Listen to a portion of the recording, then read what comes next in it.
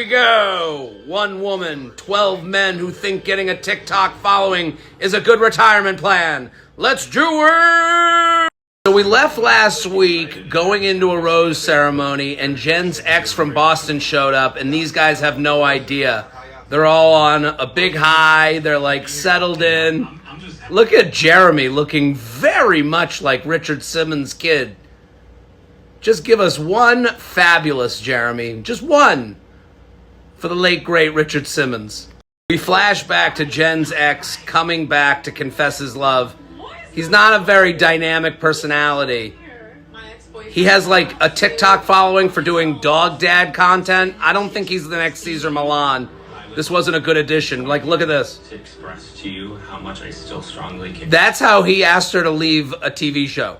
I'd like to express to you that you should leave a network TV show where you are the star to be with me and do dog dad content from the Boston area. Matthew showed up in New Zealand? That's not her ex. She friend-zoned that guy hard. Jenn and I used to hook up in my Aunt Tucci's basement. We'd have a few Sam Summers. He'd text all the time. He'd be like, Jenn, wanna come and do TikTok content with my dog? I just made $10 on TikTok. I'll buy you a Dunkin'. And I'm like, Jenn, get rid of this dude. This kid's no good. You're with Murph, a real man. Jenn informs the other men that an ex has shown up, and it is shock and awe. He's like, oh, are you kidding me? Don't tell me he has a TikTok account where he talks about being a dog dad.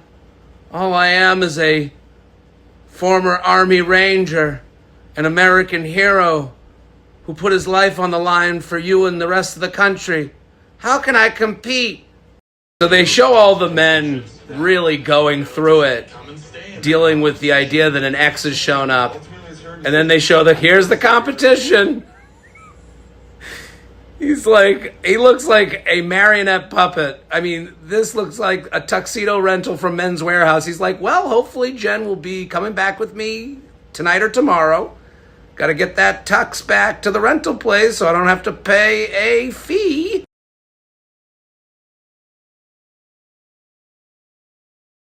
This isn't going well for Matthew, who showed up from Boston. His voice is trembling. He looks very much like a guy who went to the Wednesday night before Thanksgiving and confessed his love to his, like, high school crush. Well, I just figured since you're in college and I'm in college now and I wear tuxes that things were different than high school when I used to, drive you all the time. There's a lot of tough talk going on amongst the men. This rose doesn't mean anything to me. They're like, I might leave. And then here he is. They're going to feel a lot better. They're like, that's him? That's the guy? Look at that. Look at, he's like, him?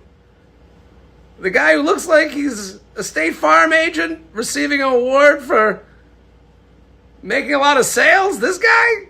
Oh no, let him stay. He's good. You're good. Matthew, join. We'll be fine. We're not concerned anymore. So Matthew's getting sent home, and he apologizes to the men. Total class. And then Sam M goes the other direction. Even if you did walk into this house, I think you can sit and look amongst this crowd. We got some good dudes right here. I mean, dude, he just apologized to you. He's got an 18-hour flight. He just got dumped by a woman that he supposedly loves. Sam M's like, look around the room. As you can see, there's a lot of well-hung men sitting here.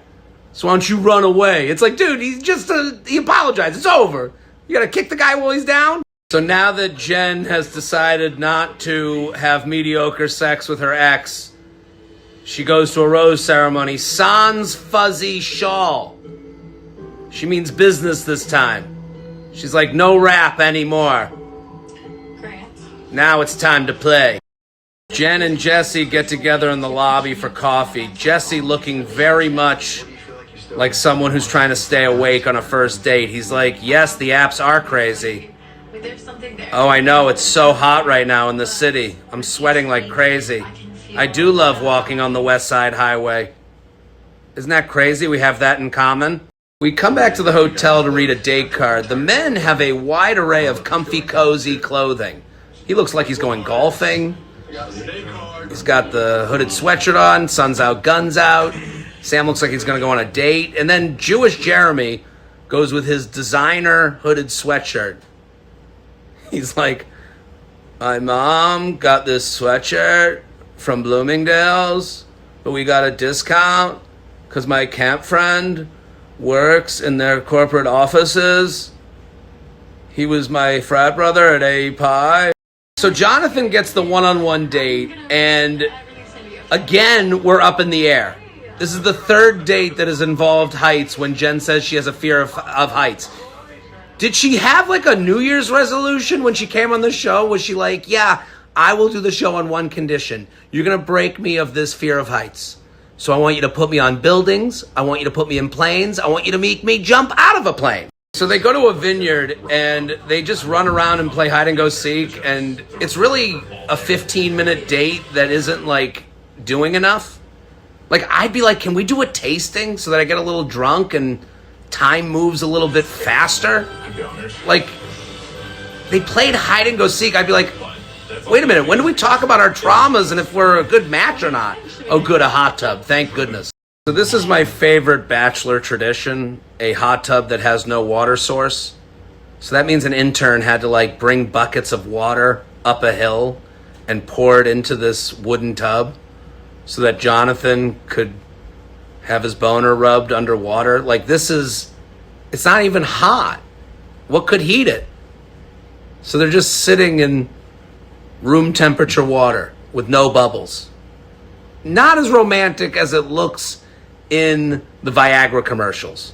So we're at the nighttime portion of the date. Jonathan looks like a waiter who works at a nightclub that also is a restaurant with like overpriced garbage food. But you go to the restaurant so that you can get into the club later. And he only works there because he wants to get the tips on bottle service. He's like, yeah, we got a chicken finger. They're pretty good. It's $150 per finger, but they're good. They're like the ones you get at Popeyes. So the date goes well. Jonathan gets the rose. He kind of threw his ex under the bus by revealing she was an addict. And then they both give each other therapy, even though they both don't have a psychology degree at all. And then this fake rain starts. This is how I know she's not Jewish. A Jewish woman would be like, wait, don't get my hair wet. It gets curly. I just did the Japanese hair treatment. Look, you can tell it's not real rain. Look at over there. It's fine. A Jewish woman would be sprinting to that chair. They put her in the Olympics. She'd go so fast. So now we're out in a farm in New Zealand, and the men are all given plaid shirts because, of course, they're at a farm. They obviously gave them some scissors, do it up the way you want it. And big mistake from Jeremy. I know he tried to be funny. We'll do a crop thing. But then after like the initial half a giggle, you are now just a dude in a crop top. I don't know if this was a good decision. You're in it for the day, man. I gotta hand it to Sam M. This guy has made a commitment to wearing his cock ring around his neck. That's how much this guy has sex. He's like, you never know when you're gonna need it. It's like when a woman has like a keychain that's also a vibrator. This guy did the male version. So they reveal they're on a sheep farm. Look at the height that this sheep gets. Are you out of your mind? What is that, the Michael Jordan of sheep? And it's majestic. This sheep jumps more sexy than I do. I wish I looked like this jumping over a puddle. So these sheep farmers have been married for 40 years.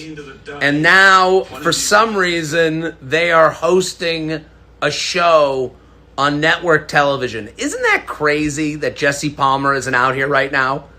They're like, we'll have the sheep farmers explain the rules to the competition. 8 o'clock, Monday night, ABC. One of the highest rated shows of the year.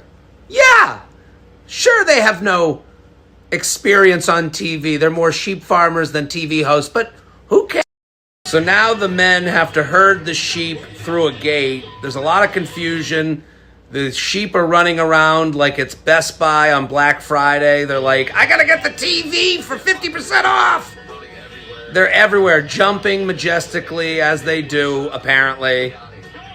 And it doesn't seem like there's a lot of herding going on. I mean, they jump like crazy. The sheep farmers are really giving disappointed parent. They're looking at the men as if they have ruined their legacy. He's like, I just don't know what to do with these boys. They couldn't get into college. I brought them onto my sheep farm. I gave them a good job. They don't even know how to open the gate. I'll take questions. No, I don't think we were given a lot of direction. I do think our coaches let us down.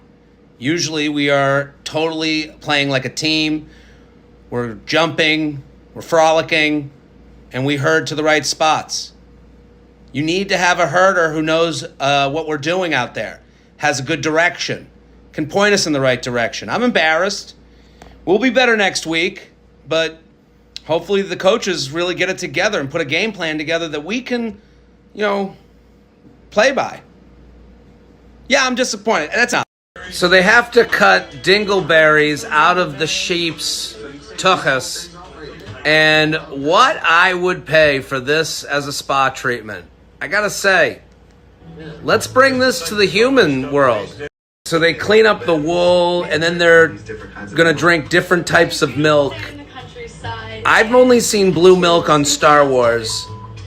I'm not just drinking this right away. I need to see the animal that produces it. I'm not drinking this ever. I can't even have regular milk without sprinting to the bathroom and worrying about dingleberries later. I would need the dingleberry spa treatment for me to drink this blue milk. I mean, he knows a dingleberry's coming. We go to the nighttime portion of the date. Marcus wore his The Rock Halloween costume. The t-shirt underneath the sport coat look is really in for these guys. They all look like bouncers from a 90s nightclub. Someone needs to tell Devin that all t-shirts are not meant to be worn under the sport coat. That one looks like he worked out at a YMCA before this and then put a sport coat over it. Jewish Jeremy hasn't had a mimosa since college as he pets Jenn's head. I called it. I said A-Pie earlier. I was at A-Pie. We used to do Golf Pros, Tennis Hose. So you were a frat boy? No. What was your college experience like? I wear t-shirts under jackets, and I look like a bouncer at a Miami nightclub. During Rosh Hashanah, my mom makes a brisket. You can see the moment that Jeremy stops listening to Jenn's story. Giving too much to the wrong person? Or the Ready? past for giving too much and then... There it is. There's him looking off. He's like, oh God. When should I ask her if she's willing to convert? My mom's not going to be happy. So Austin with the mullet decides to leave the show because they haven't made a connection. He does it in a classy way, and then Jenn turns into pouty, I'm the victim, Jenn. Maybe I'm not enough for Marcus. Maybe I'm not enough for Salmon. Maybe I'm not enough for hypothetical brands to sponsor me on TikTok. It's like one of your 11 men in their 20s who is begging to marry you didn't find a connection with you. I think it's okay to, take the loss on this one. And if I tell them, then they see how worthless I am. She really goes into some dramatics. She says maybe they'll see how worthless I am if I tell them that I'm afraid that I'm not enough for them. It's like, Jenn, the mullet guy went home. I think you're going to be okay. It's not like Marcus, the American hero, told you that you weren't like a match for him. It was the mullet guy that said 3 words. I think you're going to be good. So Jenn opens up to the men about not feeling enough, and the men all kind of fake listen. I brought up a lot of feelings today of me not feeling good enough. I mean, Spencer looks like he's thinking of his tennis match for when he gets back to Westchester. I believe in that. And then look at Jeremy. Jewish Jeremy's just like looking at the floor. He's like, she seems really mad right now. Maybe I'll tell her about my summer camp, or how my friend met his wife at the matzo ball, and she's Asian too, and she did convert, and maybe she will convert, but I'm not gonna like push her. My mom would really want that. So then Jenn goes on like an appreciation tour. She hears from each of the men about how great and wonderful she is. Sam M does it in Southern Luke Bryan lyrics. He's like, "You're as great as a sweet tea in a summer night when the grasshoppers are singing." Marcus tells her how great she is in Army Guy. He's like, "I salute you like the flag every day. You're like a sergeant putting me through drill camp. A drill camp for love." Then Devin tells Jenn how amazing she is in Son of a Working Mom. He's like, "You're like a mom who comes home after a day of work and makes TV dinners and then takes her kids out for ice cream afterwards. That's what you're like." So Jenn is now on her one-on-one date with Grant. And Jenn looking very Dr. Quinn medicine woman with that braid and the leather and the khaki pant. So they're out in New Zealand on these horses. It is absolutely beautiful. The horses doing a way better job than the sheep did. Way better showing from the New Zealand horses than the sheep. So now they show the horses, and Grant says that the horses are staring at them. Like, those are the things that I love to do. If you look over, they're staring at me. The horses, they miss us. Jenn says they miss them. Let's hear from the horses. We didn't want to make any of the mistakes that the sheep made earlier in the day, so we played it safe. But I also want to clear something up before we move on and I take any questions. Jenn said that I missed her. I want to let everyone know I am a happily married stallion. My beautiful mare wife, her name is Lydia, and we have been married 30 years. I'm a hardworking horse. I don't want any accusations of infidelity out there. I love my wife. The texts on my phone that she found a few years ago are all cleared up. We have gone through that with counseling, and we're not looking to go through that again. So please, no questions about me missing Jenn or missing anyone or missing Lisa. That is all. Any questions? So Grant and Jenn have their nighttime date. Jenn is fuzzy shawlless once again. Unprecedented. Multiple shawlless nights. It must be getting colder. She is now in a Carmen Sandiego trench coat. She has made the switch from fuzzy shawl to I'm investigating a murder in Seattle. Grant talks about his dad being in rehab, and then Jenn does this thing where she has to one-up every traumatic story with a more traumatic version of this ex that she had. She said that the ex said racism was fake. We have heard so many horrible things about this ex. He might be the most evil person in America. He's manipulative. He's abusive. He says racism is fake. He thinks rainbows are overrated. He thinks Game of Thrones wasn't a great show. He hates puppies. Can we see this guy? Can we get a camera on him in his evil lair that he sits in? For you guys, like I genuinely think that I'm falling in love with Jenn. So Grant announces to the rest of the men that he's falling in love with Jenn, and it gets real. This is very like Animals on the Serengeti. This is alpha male puffing his chest to let the other alpha males know. Look at Jeremy's like, what? But I wore my Joker-inspired purple jacket tonight. And you're going to tell me you're falling in love? I'm the Joker. Jenn comes in a purple dress, no fuzzy shawl. Look at Jeremy sitting there like he wants to tell her they're matching so badly. Did you get that dress at Saks? My mom got me this jacket. I told her it was too purple, but she said it looked handsome on me, so I got it. So Grant told everyone he's falling in love and then takes Jonathan outside to cry to him about it. Grant, can you stop this right now? You are ruining every single guy who's about to propose to a girlfriend or maybe have a first look who can't cry on command, okay? They're going to be like, well, Grant cried just at the idea of falling in love. You can't cry when I'm in my white dress. So now we head to the rose ceremony, which for some reason is being held where they do tribal council on Survivor.